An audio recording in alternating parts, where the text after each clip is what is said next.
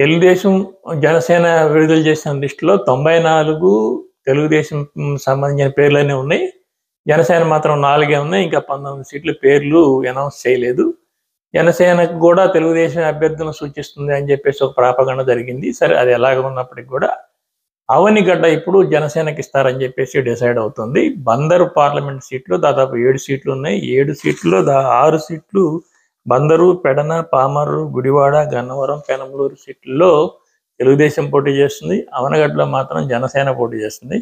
ముందుగా అది బహుశా తెలుగుదేశం సీట్ ఏమో అని చెప్పేసి మండల బుద్ధప్రసాద్ తన పేరు లిస్టులో లేపడంతో అసంతృప్తి వ్యక్తం చేశారు.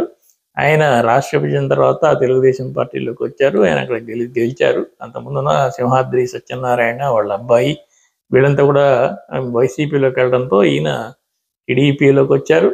సో ఇప్పుడు ఆయన పేరు లేపడంతో ఆయన అసంతృప్తి చెందారు. కానీ ఆ సీటు జనసేనకి ఇస్తారు, అందుకోసమే అది పెండింగ్ పెట్టారని చెప్పి ఇప్పుడు చెప్తున్నారు.